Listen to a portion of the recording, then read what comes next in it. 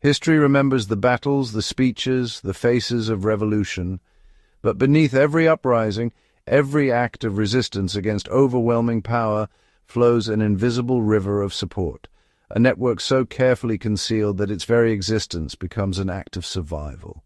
From the French resistance smuggling Allied airmen through Nazi-occupied Europe to modern activists circumventing digital surveillance, these covert supply networks represent the ultimate expression of fieldcraft. The art of moving essential resources through hostile territory without leaving a trace. Understanding how these systems function reveals not just historical ingenuity, but timeless principles of operational security, resource management, and human resilience that remain profoundly relevant to anyone studying self-reliance and strategic thinking today. The genius of effective resistance networks lies in their deliberate fragmentation. Imagine a web where each strand touches only two others, where couriers know only their immediate contacts, and where safe houses operate in complete isolation from one another. During World War II, the Dutch Paris escape line moved over 1,000 Allied personnel across hundreds of miles using this cellular structure. Each link in the chain possessed only the information necessary for their specific task. A farmer knew when to expect a parcel but not its origin. A courier knew a destination but not the identity of those sheltered there. This compartmentalization meant that capture and interrogation could never unravel the entire operation. The tradecraft extended to the physical realm with remarkable sophistication. Supply caches were hidden using principles of natural camouflage that any bushcrafter would recognize, buried beneath distinctive rock formations, concealed in hollow trees marked with subtle scratches only the initiated could decode, or submerged in waterproof containers in streams where the current's constant movement erased any disturbance.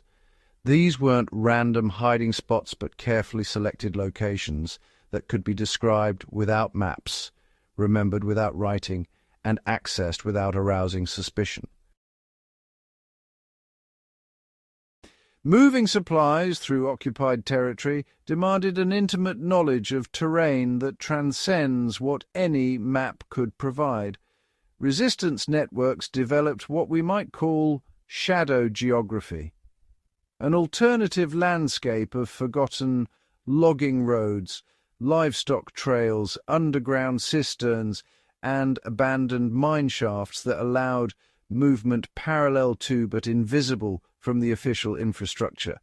In the mountains of Yugoslavia, partisan fighters maintained supply routes through terrain so unforgiving that occupying forces never fully controlled it, using centuries-old shepherd paths that required local knowledge to navigate safely.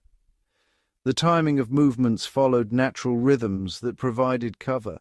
Supplies moved during market days when traffic was heaviest, during storms when visibility dropped, or in the dead hours between patrol rotations that resistance scouts had meticulously documented. Food supplies came from sources that couldn't be traced, gardens that produced slightly less than expected, livestock that officially died of disease, grain that was lost to spoilage. Every calorie that sustained resistance had to be diverted without creating statistical anomalies that might trigger investigation. Sustaining covert networks required more than just technical skill. It demanded really a remarkable psychological fortitude and a deep sense of community trust that bound people together across tremendous risk. The infrastructure, wasn't only physical or informational, but deeply human, built on relationships forged through shared danger and sustained through small acts of courage, which, over time, accumulated into genuine strategic impact. Operators developed what modern security professionals now call grey man skills, the ability to be present without being memorable, to move through spaces without triggering the pattern recognition instincts of watchers. They mastered the fieldcraft of normalcy, understanding, perhaps instinctively, that suspicion often arose not from single actions, but from behavioral inconsistencies. The too careful walker, the overly casual observer, the person whose cover story didn't quite align with their clothing or, say, their calluses.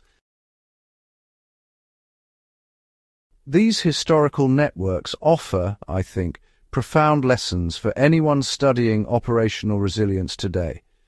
They demonstrate that true security comes not from impenetrable walls, but from distributed systems that can absorb damage and, crucially, continue functioning. They show that the most valuable infrastructure is often invisible, built from relationships, local knowledge, and adaptive thinking rather than permanent installations that can be targeted. Most importantly, they reveal that covert networks succeed not through individual heroism, but through collective discipline, where every participant understands that their restraint and attention to detail protects everyone else in the chain. These principles translate directly to modern preparedness thinking, whether building mutual aid networks, establishing community resilience systems, or simply understanding how information and resources flow through informal channels when inevitably formal systems fail.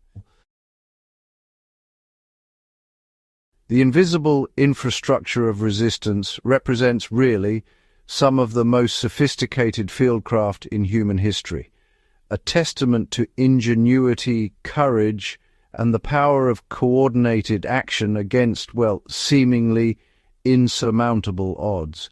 These weren't fantasies but documented realities, built by ordinary people who mastered extraordinary skills through necessity and sheer determination. If this deep dive into operational history resonates with your understanding of self-reliance and strategic thinking, do subscribe to Fieldcraft Chronicles to ensure you never miss these explorations of the skills that shaped survival across history's most challenging moments. Share this video with others who understand that true preparedness isn't just about individual capability, but about understanding the invisible systems that sustain communities under pressure. The lessons of covert networks remain timeless, and they're frankly waiting for those wise enough to study them.